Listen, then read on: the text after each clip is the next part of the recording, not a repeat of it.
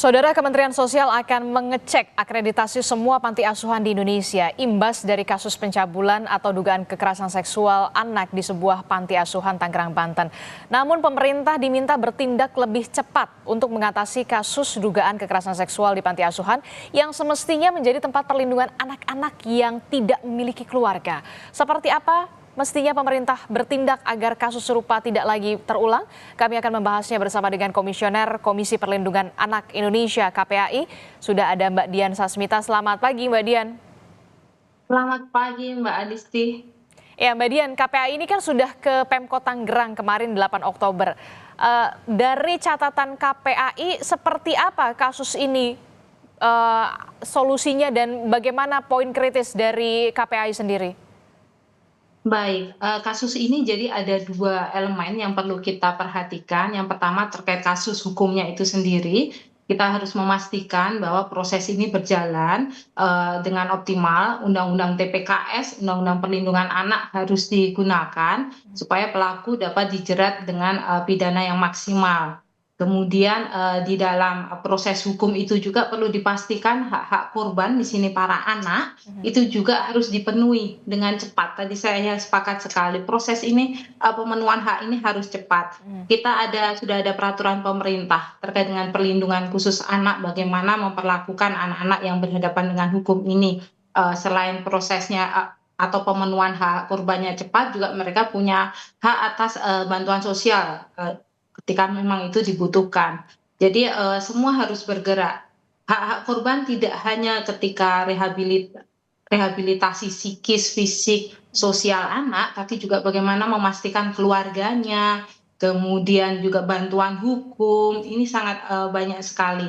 Untuk itu kami mengapresiasi sekali kerja cepat dari pemerintah daerah, provinsi, dan KPPA, termasuk Kemensos, untuk merespon kasus ini.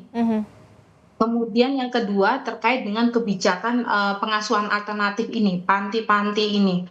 Kasus ini bukan yang pertama dan saya menduga juga bukan yang terakhir di mana kasus kekerasan, khususnya kekerasan seksual terjadi di ruang-ruang pengasuhan alternatif yang tidak berizin. Oke. Kemarin-kemarin sudah banyak kasus. Nah, ini makanya bagaimana pemerintah bisa meminimalisir atau membangun mekanisme tata kelola yang jelas dan tepat untuk dapat merespon, meminimalisir lembaga-lembaga pengasuhan ini yang tak berizin.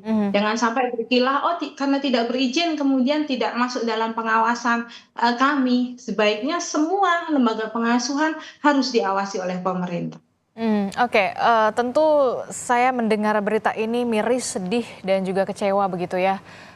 Terlebih dengan bagaimana kemudian kondisi para korban yang kita tahu masih di bawah umur, yang memang seharusnya panti asuhan menjadi salah satu tempat paling aman bagi anak asuh di sana karena merupakan rumah bagi mereka, termasuk juga pengurus panti asuhan yang bisa dikatakan sudah menjadi keluarga. Justru orang yang paling terdekat adalah orang yang kemudian memberikan trauma paling besar begitu dalam kehidupan mereka.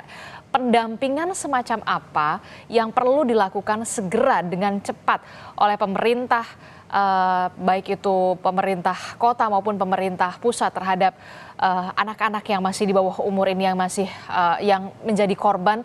Dan sampai saat ini kan kita lihat ada, kalau tidak salah, belasan anak terpaksa dipindahkan ke rumah aman atau safe house di sana. Iya, yang pasti anak-anak ini sudah ditangani oleh para profesional ahli, oleh para pekerja sosial profesional, dan kami kemarin juga menanyakan apakah sudah ada dukungan teman-teman psikolog untuk menjangkau mereka, karena ini penting sekali kolaborasi para profesi yang ahli untuk sama-sama mendukung pemulihan mereka. Pertama-tama pastinya melakukan asesmen dan kemudian merumuskan pola intervensi yang perlu diberikan oleh anak-anak. Karena tiap anak ini tentunya pengalamannya berbeda-beda dan kemampuan anak untuk menerima kejadian traumatis tersebut, kejadian yang sangat berat itu juga beda-beda. Oleh karena itu treatmentnya juga beda-beda dan sangat baik sekali ketika anak kemudian sudah dipindahkan ke rumah aman supaya proses pemulihan ini bisa lebih maksimal. Dan kami sangat mengapresiasi para pihak, teman-teman media, masyarakat luas, untuk bersama-sama menjaga identitas mereka, menjaga supaya anak-anak ini, tidak tambah terbebani dengan, pemberitaan terkait identitas mereka, keluarga mereka, dan lain-lain. Itu tentunya, akan kontraproduktif ya dengan proses pemulihan. Untuk itu kita semua perlu menjaga, dan kemudian ketika kita mendapati ternyata, oh tetangga, oh keluarga, atau kenalan kita ternyata pernah menjadi, anak asuh di panti tersebut, jangan diam saja, segera kontak, pusat-pusat layanan, salah satunya Sapa 129 milik KPPA, itu bisa ditelepon, bebas pulsa, Mhm. untuk menyampaikan bahwa, keluarga, teman, saudara pernah menjadi anak panti, mohon, bisa dibantu untuk pemulihannya atau apapun. Mungkin saja kita tidak tahu ya, pernah mengalami atau enggak, tapi ada baiknya kita juga proaktif ketika mendapatkan informasi, orang-orang yang terindikasi menjadi korban. Kenapa harus melapor? Supaya, orang-orang tersebut, yang terindikasi tersebut bisa mengakses layanan bantuan juga untuk Mhm. pemulihan. Mhm. Kasihan jika hanya Mhm. dibiarkan sendiri tanpa ada dukungan para profesional. Mhm. Mhm. Mhm. Mhm. Untuk juga bisa memutus, rantai semacam ini kalau tidak salah kan, saya sempat membaca juga bahwa, eee, pimpinan, panti asuhan, pengurus panti asuhan, bahkan juga, terlibat sudah menjadi tersangka begitu, sudah ditahan dan masih ada satu lagi yang masih buron ya, Mbak Dian? Iya, iya, kami sangat berharap sekali kepolisian bisa segera menangkap, pelaku tersebut yang masih buron ya. Dan memang pemulihan terhadap korban ini sangat penting sekali. Mhm. Eee, Pemulihan yang tidak optimal, tidak keberlanjutannya, tidak maksimal ya, hanya sepotong-sepotong, itu akan berpengaruh besar pada korban. Untuk itu kami sangat mendorong sekali para profesional, psikolog, konselor, pekerja sosial profesional, tenaga pendidik, tokoh agama, itu bisa semua, berbagi peran untuk mendukung para korban ini, pemulihan para korban. Dan pemulihan ini tidak hanya ketika proses hukum berjalan saja, Mhm. pasca itu juga masih panjang Jangka dan panjang tidak pemulihan ini, panjang sekali ya? betul sekali dan tidak hanya pada korban, nanti akan fokus juga, kepada keluarga korban. Bagaimana memampukan keluarga korban ini menerima anak, kemudian mendukung anak-anak, mereka supaya pulih kembali. Mhm. Mhm. Mhm. Pemulihan dengan cepat dan harus segera dilakukan karena ini pemulihannya, traumanya, begitu panjang dan, harus memakan waktu yang cukup lama begitu ya, Mbak Dian. Mbak Betul. Dian, ini kan kalau kita lihat tadi panti asuhan ini dari 2008 sudah ada, kemudian, baru diketahui tidak berizin. Nah, Kementerian Sosial sendiri nantinya akan melakukan, cek akreditasi, seluruh panti asuhan se-Indonesia. Yang jadi pertanyaan saya, apakah ini cukup untuk mencegah kasus seperti ini? Rekomendasi seperti apa yang seharusnya dilakukan, oleh pemerintah pusat, untuk supaya bisa mencegah kasus ini, tidak lagi terulang lagi dari KPAI sendiri?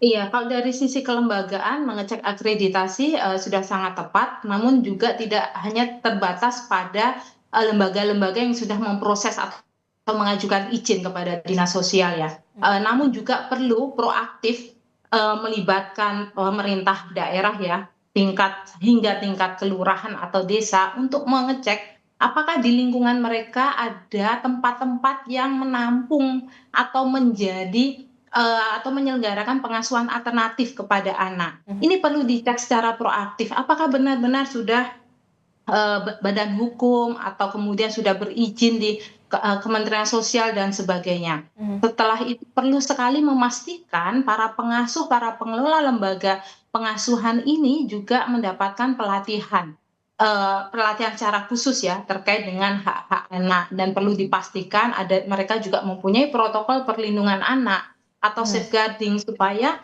bisa menjadi, alat untuk mengerem, indikasi-indikasi atau mengurangi kerentanan anak terhadap kekerasan. Kemudian yang penting lagi adalah mekanisme pengawasan. Ini perlu dilakukan secara Berkala. berkala dan Mhm. berjenjang ya. Mhm. Tidak hanya apa ya, menunggu saja pengawasan dari tingkat pusat kementerian, namun juga, pemerintah daerah punya kewenangan untuk itu. Mhm, Jadi ini sama-sama kita harus proaktif. Kekerasan ini, angkanya bukan, 100, 200, 1000, 2000, sudah mhm, banyak sekali mhm, kekerasan, terhadap anak-anak di Indonesia. Ini mhm, menjadi keprihatinan mhm. bersama.